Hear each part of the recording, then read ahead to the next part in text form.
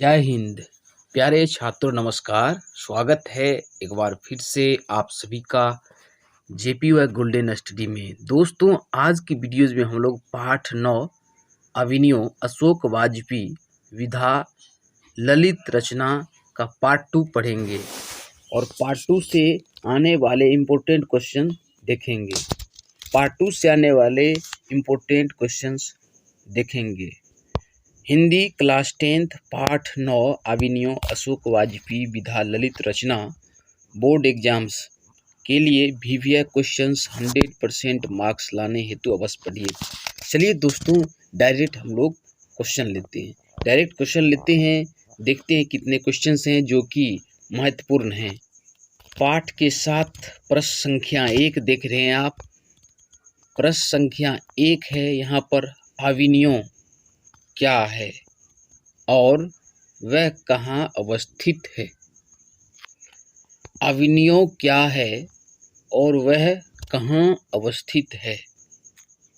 इसका उत्तर है अभिनयों एक पुराना शहर है। वह दक्षिण फ्रांस में रोन नदी के तट पर अवस्थित है। रोन क्या है? एक नदी का नाम है। अभिनयों एक पुराना शहर है।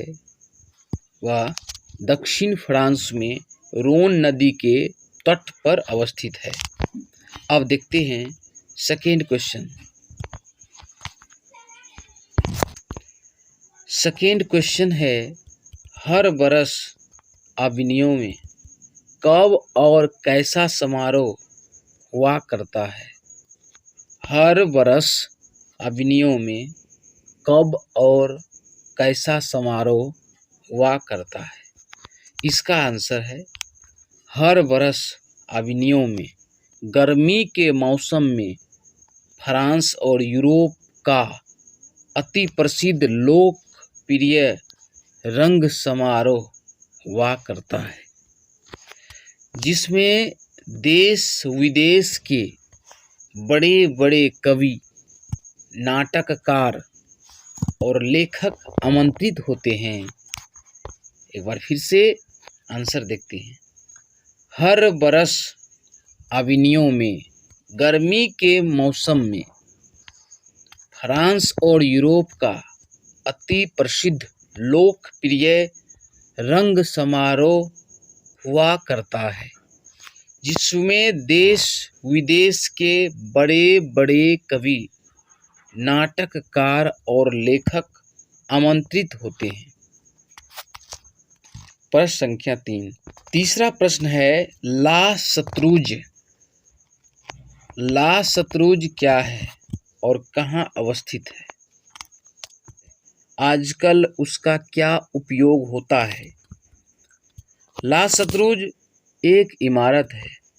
इमारत समझते हैं?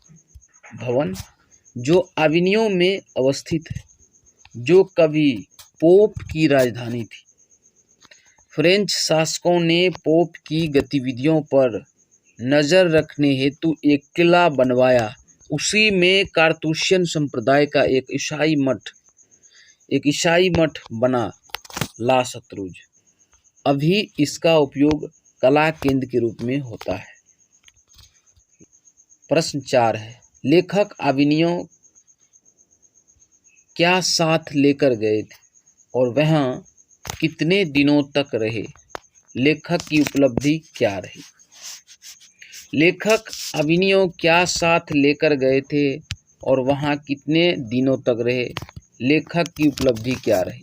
उत्तर है, लेखक अभिनयों की यात्रा में अपने साथ हिंदी का टाइपराइटर, 3-4 पुस्तकें और संगीत के कुछ टेप्स ले गए थे। वे वहाँ 19 दिन तक रहे, जिसमें लेखक ने 35 कविताएं और 27 गद्य रचनाएं लिखी। उत्तर एक बार फिर से देखते हैं। लेखक अभिनयों की यात्रा में अपने साथ हिंदी का टाइपराइटर, 3-4 पुस्तकें और संगीत के कुछ टेप्स ले गए थे। वे वहाँ 19 दिन तक रहे, जिसमें लेखक ने 35 कविताएं और 27 गद्य रचनाएं लिखी। पूछा जाता है 19 दिन के दौरान लेखक ने अभिनयों में कितनी रचनाएं की, गद्य रचनाएं की, तो 27 आंसर, और कविताएं 35। प्रश्न संख्या 5, अभिनयों के प्रति लेखक कैसे अपना सम्मान प्रदर्शित करते हैं? अभिनयों के प्रति लेखक कैसे अपना सम्मान प्रदर्शित करते हैं? उत्तर है, अभिनयों के प्रति लेखक अपना सम्मान प्रदर्शित करते हुए कहा है, हर जगह हम कुछ लाशत्रुज में जो पाया उसके लिए गहरी कृतज्ञता मन में है। अभिनयों के प्रति लेखक अपना सम्मान प्रदर्शित करते हुए कहा है, हर जगह हम कुछ लाशत्रुज में जो पाया उसके लिए गहरी कृतज्ञता मन में, और जो गमाया उसके लिए पीड़ा भी, और जो गमाया उसके लिए पीड़ा भी। प्रश्न संख्या 6 है, मनुष्य जीवन से पत्थर की क्या समानता और विषमता है?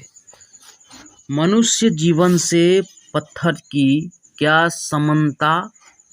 समानता और विषमता है? उत्तर है, लेखक के अनुसार मानव जीवन और पत्थर में समानता और कुछ विषमता भी है।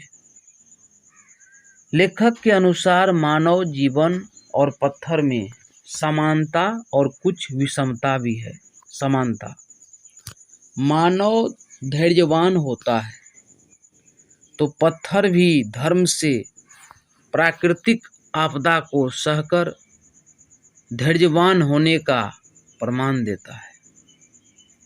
मनुष्य अपनी कामना हेतु प्रतीक्षा करता है, पत्थर भी युगों से प्रतीक्षारत प्रतीत होता है।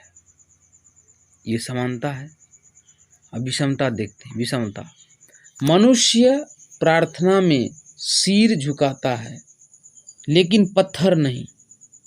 मनुष्य प्रार्थना में ईश्वर से कुछ कहता है, मनुष्य प्रार्थना में ईश्वर से कुछ कहता है लेकिन पत्थर नहीं। समानता, मानव धैर्यवान होता है तो पत्थर भी धर्म से प्राकृतिक आपदा को सहकर धैर्यवान होने का प्रमाण देता है। मनुष्य अपनी कामना हेतु प्रतीक्षा करता है, पत्थर भी युगों से प्रतीक्षारत प्रतीत होता है। विषमता, मनुष्य प्रार्थना में सिर झुकाता है लेकिन पत्थर नहीं। मनुष्य प्रार्थना में ईश्वर से कुछ कहता है लेकिन पत्थर नहीं। प्रश्न नंबर 7। प्रश्न नंबर 7 है, नदी के तट पर बैठे हुए लेखक को क्या अनुभव होता है?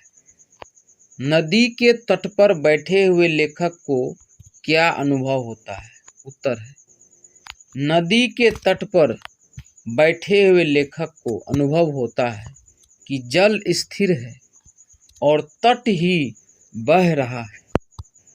नदी के पास होना लेखक को नदी हो जाना जैसा अनुभव होता है। उत्तर एक बार फिर से, नदी के तट पर बैठे हुए लेखक को अनुभव होता है कि जल स्थिर है और तट ही बह रहा है। नदी के पास होना लेखक को नदी हो जाना जैसा अनुभव होता है। प्रश्न संख्या 8, नदी तट पर लेखक को किसकी याद आती है और क्यों? नदी तट पर लेखक को किसकी याद आती है और क्यों? उत्तर है, नदी तट पर लेखक को विनोद कुमार शुक्ल की लिखी एक कविता नदी चेहरा लोगों की याद आती है, क्योंकि इस कविता में शुक्ल जी ने नदी को मानवीकरण करते हुए बताया है कि नदी के किनारे गया हुआ मनुष्य भी नदी के समान हो जाता है। नदी को मानवीकरण करते हुए बताया है कि नदी के किनारे गया हुआ मनुष्य भी नदी के समान हो जाता है। तो यह प्रश्न संख्या 8 था। इन सभी प्रश्नों को 1-2 बार आप पढ़ें ताकि आपको दिमाग में सेट हो जाए और परीक्षा में ज़्यादा से ज़्यादा अंक लाएं। आगे की वीडियो में फिर मिलेंगे, तब तक के लिए धन्यवाद।